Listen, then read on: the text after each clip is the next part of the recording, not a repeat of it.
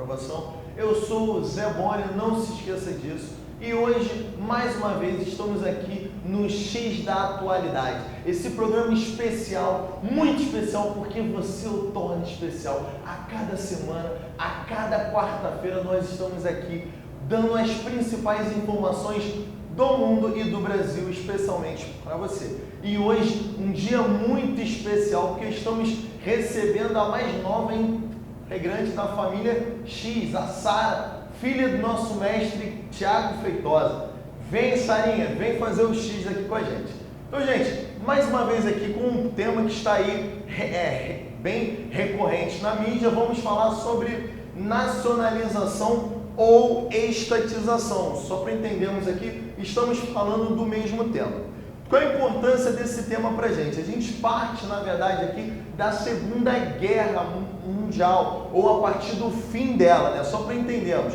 Com a Segunda Guerra, os estados eles tendem a ser mais atuantes, a postura do Estado máximo, né? Intervindo para sanar essa questão da guerra. Bem, o Estado ele se faz presente, a gente lembra do contexto do keynesianismo, contudo, você vai ter aqui a década de 80, conhecida aqui no Brasil como década perdida, que na verdade vai ser marcada por uma época de crise, em 1973 e 1979, que você conhece como choque do petróleo 1 ou choque do petróleo 2. A partir daqui nós vamos ver, na verdade, um enfraquecimento do Estado e um fortalecimento das empresas. Essas empresas, elas tomam tamanha força que surge a partir daí o neoliberalismo, a partir da década de 90.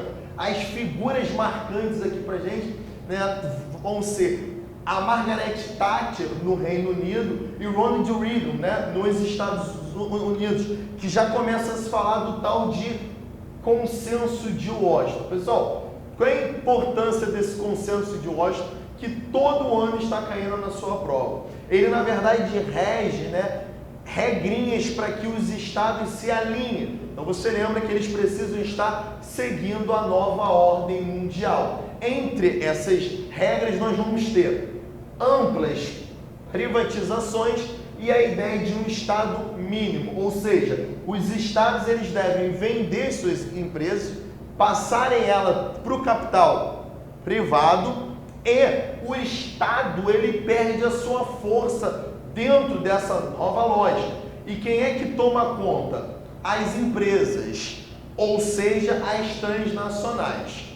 Então, galera, importante nós entendermos, né, os motivos que vão levar hoje, estamos falando aí, na verdade, a partir do finalzinho da década de 90, em 1998, quando Hugo Chávez ele começa esse processo de estatização. E a partir daí você vai ter outros países, né, como a Bolívia, o caso da Argentina, que nós vamos ver aqui, cada caso, que estão, na verdade, expandindo essa política. O que leva esses países a fazerem isso? Então eu trouxe para vocês aqui os motivos, né? Na verdade, você vai ter uma utilidade pública. O Estado, na verdade, ele começa a pegar esses setores e ele vai usar para o seu bem, ou seja, para o desenvolvimento. Normalmente pautado em passar esses recursos à população, à comunidade. Então, na verdade, você começa a notar aí, juntamente, né, com esse processo de nacionalização, um discurso de populismo, né? Esses governos, normalmente, eles vão ser comparados ao Perón, ao Vargas, né? Numa lógica de Estado, realizando atitudes para auxiliar a população pobre. Muito interessante que você entenda que hoje em dia esses governos eles ganham o apoio popular, não é algo imposto, ou seja, o sistema da qualidade ele é mais democrático, diferentemente do que você viu na época do Vargas e na época do Perón. Bem, vai haver aqui uma maior arrecadação para os cofres públicos, ou seja, o Estado agora ele passa a lucrar com a administração mais efetiva dessas empresas. Isso é muito importante. E evitar crises econômicas, ou seja, o Estado agora ele vai canalizar esses recursos para desenvolver o seu país e principalmente o setor energético para a formação de novas indústrias. A gente sempre lembra aqui do melhoramento do atendimento, ou seja, normalmente as empresas privadas elas tendem a fazer um serviço que não é tão bom assim e o Estado ele tende a arrecadar isso para melhorar esse atendimento à população. Os setores mais envolvidos dentro dessa lógica, pessoal, energético, isso aqui é fundamental. A gente vai ver, na verdade, que todo país que tende a ser forte, ele tem, na verdade, uma alta produção de energia, assim como um forte investimento na infraestrutura, na logística dos transportes, ou seja, um país que é uma maior fluidez interna e externa, que facilita, né, a exportação, importação e, é claro, galera, a comunicação hoje como um dos pilares da terceira revolução industrial. Então, galera, para a gente partir de cada caso aqui, a gente começa falando da Venezuela, tá? Que a partir de 1998 vai entrar aí no que se chama hoje de Era Chávez, né? O Hugo Chávez, na verdade, esse militar que já tentava, na verdade, chegar ao poder, ele consegue, e a partir daqui você nota, na verdade, uma reestruturação desse governo, muito mais, né, pautado numa ideia socialista, num anti-capitalismo, essa ideia de um anti-influência norte-americana, e a partir daqui, na verdade, vai haver uma retomada, né, das principais empresas que estão nesse país. Cabe lembrar sempre que a Venezuela é um dos representantes da OPEP, né? A Organização dos Países Exportadores de Petróleo. Esse país, na verdade, tem uma altíssima reserva, né, na bacia de Orinoco, já pautada aí, talvez com a maior reserva de petróleo da Terra. Na verdade, esse país ele começa a fazer o quê? Ele começa a atuar mais nessas empresas que estão no país.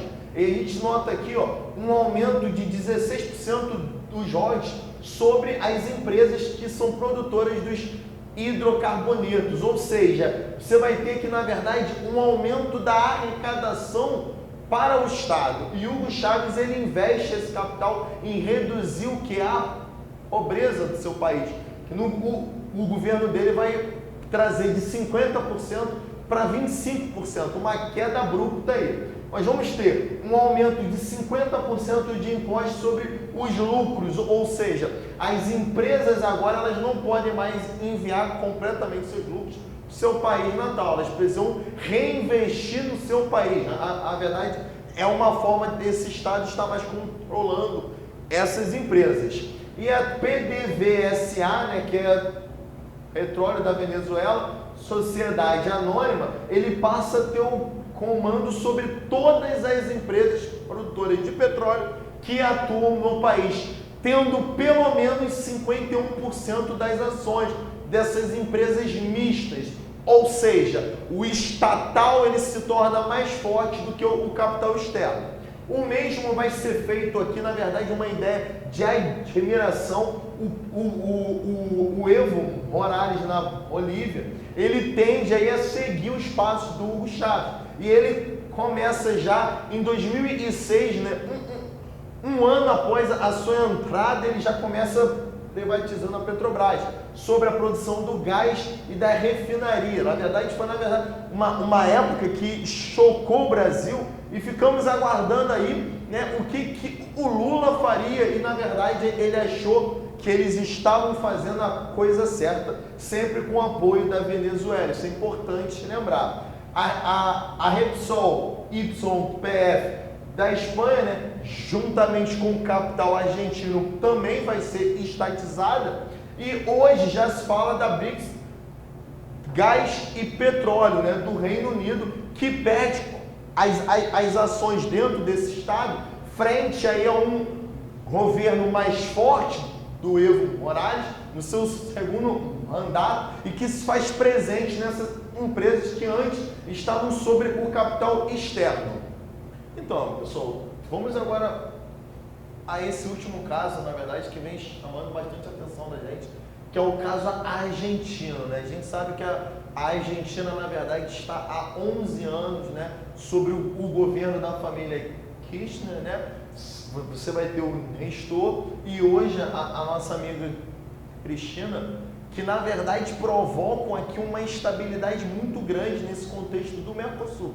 Importante nós entendermos que esse país ele vem de um calote, hoje ele vem aí tentando dar o seu segundo calote, o que na verdade reduz bastante a importância que o Mercosul tem dentro dessa lógica. A gente viu aí nos últimos anos uma anexação, essa estatização da YPF, na verdade você nota aí um forte enfraquecimento da Espanha, né? A Espanha, que é um país hoje que está mergulhado em crise e que vem, na verdade, perdendo esse poder de atuação sobre a América do Sul. Isso é muito importante para a gente. Essa empresa detinha cerca de 34% do petróleo, né, que era produzido na Argentina, e 25% do gás, e tinha acabado de fazer a mais nova descoberta em Vaca Muerta, né, que é na verdade uma áreazinha que faz fronteira com o Chile, com uma alta produção de petróleo. Após a descoberta, esse governo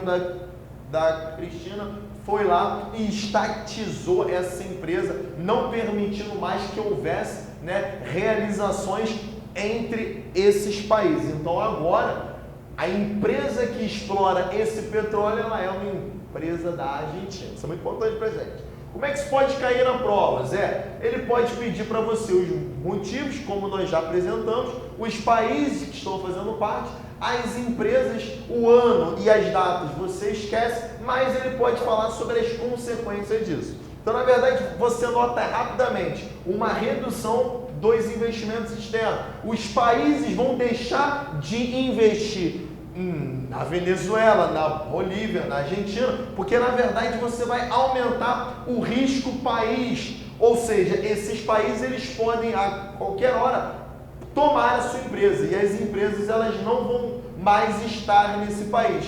Mas elas precisam fazer investimentos na América do Sul, Zé. E aí elas procuram os países que são mais estáveis. E aí há um fortalecimento do Brasil. Ou seja, a Espanha passa a fazer investimentos no Brasil, porque na verdade aqui se torna um campo favorável. Um governo firme e que permite que as empresas externas entrem aqui e levem os seus lucros.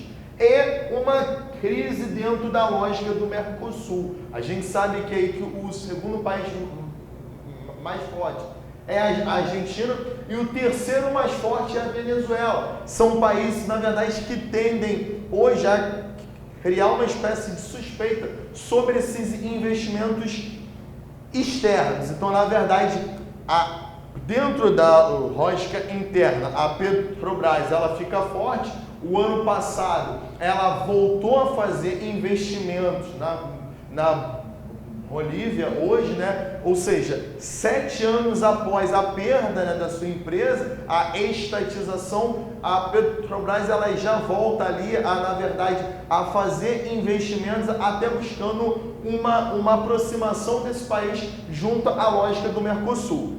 Vamos ver uma questão agora, que é para a gente ter uma ideia de como que isso pode cair na prova.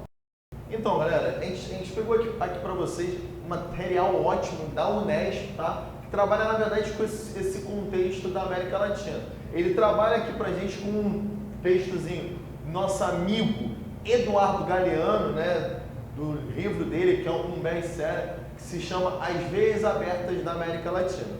E aqui ele traz para a gente mais ou menos assim. Um dos fatores mais importantes destes anos, da década de 70, foi, sem dúvida, uma tragédia.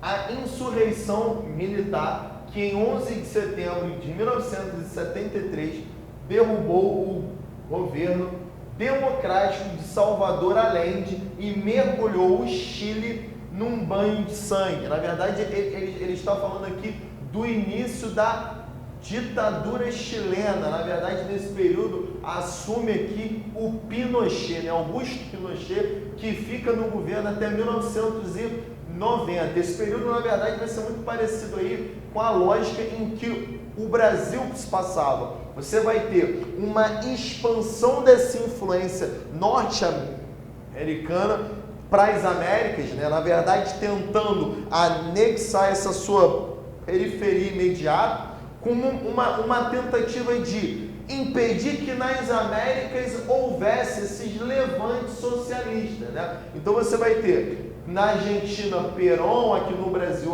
a ditadura e no Chile o Pinochet. Então, na verdade, ele está falando desse período que antecede o neoliberalismo na década de 90. Hoje, galera, o Chile ele passa aí, né, por um outro processo à frente com a nossa amiga Michele, que tem uma postura muito mais voltada para o quadro social. Bem, ele pedia aqui para a gente identificarmos esse contexto em que o texto ele ocorre. E o gabarito lá ficaria com a letra A, que dizia: aos golpes de Estado promovidos pelos militares em países latino-americanos com o apoio dos Estados Unidos na defesa de seus privilégios econômicos no continente. Então, o aluno nosso, ele fazia X na opção A. Pessoal, um forte abraço e nunca se esqueça, só é lembrado quem é visto.